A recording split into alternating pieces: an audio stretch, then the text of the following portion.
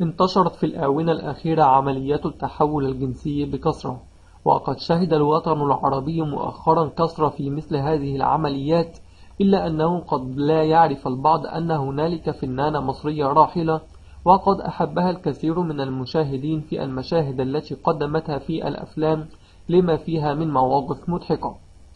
تلك الفنانة هي الست كوريا، صاحبة مقولة يم الطاهر رش الملح 7 مرات في فيلم عسكر في المعسكر، وكذلك دورها في فيلم 55 إسعاف، والتي كانت اسمها طارق قبل أن تتحول إلى أنثى.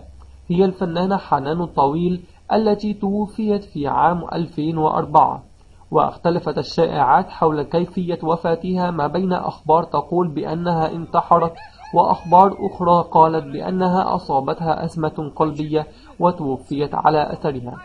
لا تنسى الاشتراك في القناة والضغط على زر الإعجاب والمشاركة مع أصدقائك. لا، البيت ده طاهر وهيفضل طول عمره طاهر. يمه المطهر